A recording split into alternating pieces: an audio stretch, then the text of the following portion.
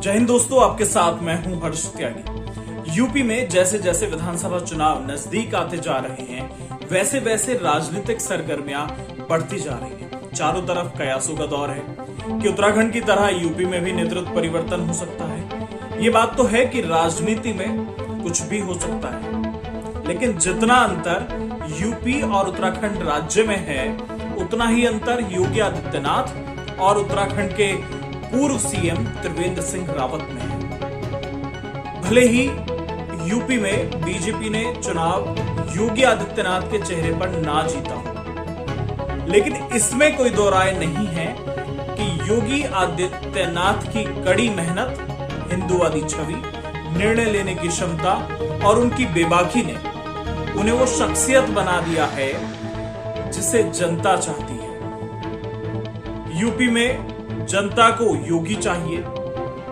और यही वजह है कि कुछ चैनल्स के सर्वे में योगी सबसे ज्यादा पसंदीदा सीएम है। अब बात करते हैं कि अगर इतना योगी आदित्यनाथ को पसंद किया जा रहा है तो फिर नेतृत्व परिवर्तन की बात क्यों चल रही है। लेकिन कई बार जनता की पसंद और पार्टी की पसंद में फर्क होता है। यूपी की राजनीति में एक ऐसा नाम चर्चा में आया जिसे 4-5 महीने पहले ही यूपी की राजनीति में उतारा गया। नाम है पूर्व नौकरशाह और पीएम मोदी के बेहद करीबी माने जाने वाले अरविंद कुमार शर्मा। चलिए आगे की कहानी से पहले आपको बताते हैं कि अरविंद कुमार शर्मा कौन है। अरविंद कुमार शर्मा ने अपने रिटायरमेंट से कुछ समय पहले ही इस्तीफा दे दिया था और बीजेपी में शामिल हो गए और कुछ ही समय बाद बीजेपी ने अरविंद शर्मा को विधान परिषद के जरिए सदन में भेज दिया था।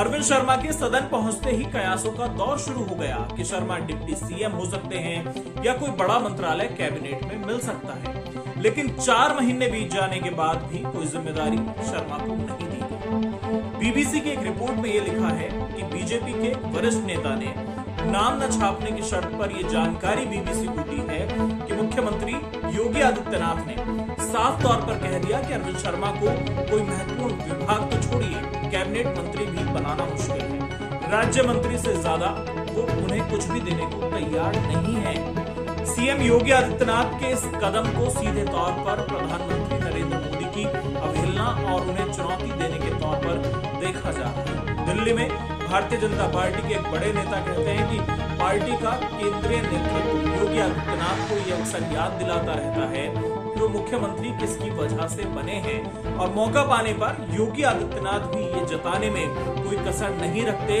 कि नरेंद्र मोदी के बाद बीजेपी में प्रधानमंत्री के विकल्प वो ही है। बात करते हैं कि योगी आदित्यनाथ कहां पर बैकफुट पर है या किन मुद्दों को लेकर योगी को साधा जा रहा है। पहला मुद्दा तो ये कि ये जग जाहिर हो चुका है या फिर बीजेपी के मंत्री विधायक जग जाहिर कर चुके हैं कि सरकार भले ही बीजेपी की है लेकिन उनकी कोई नहीं सुनती। सत्ता में होते हुए भी सत्ता उनके हाथ में नहीं है।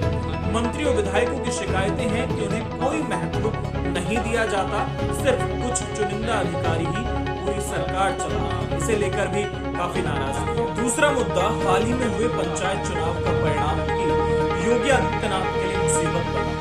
पंचायत चुनाव में जो स्थिति बीजेपी की हुई है उससे विधानसभा चुनाव के परिणाम का अंदाजा लगाया जा रहा है और इस परिणाम को योगी के खिलाफ हथियार के तौर पर इस्तेमाल किया जा रहा है। अभी तक तमाम कयास लगाए जा रहे हैं, क्या होगा ये वक्त बताएगा। लेकिन ये तो तय है कि अगर यूपी में योगी आदित्यनाथ को हटाया जाता है तो बीजेपी का सत्ता में वापसी करना मुश्किल हो सकता है। फिलहाल मेरे साथ इतना ही। जय हिंद, जय भारत।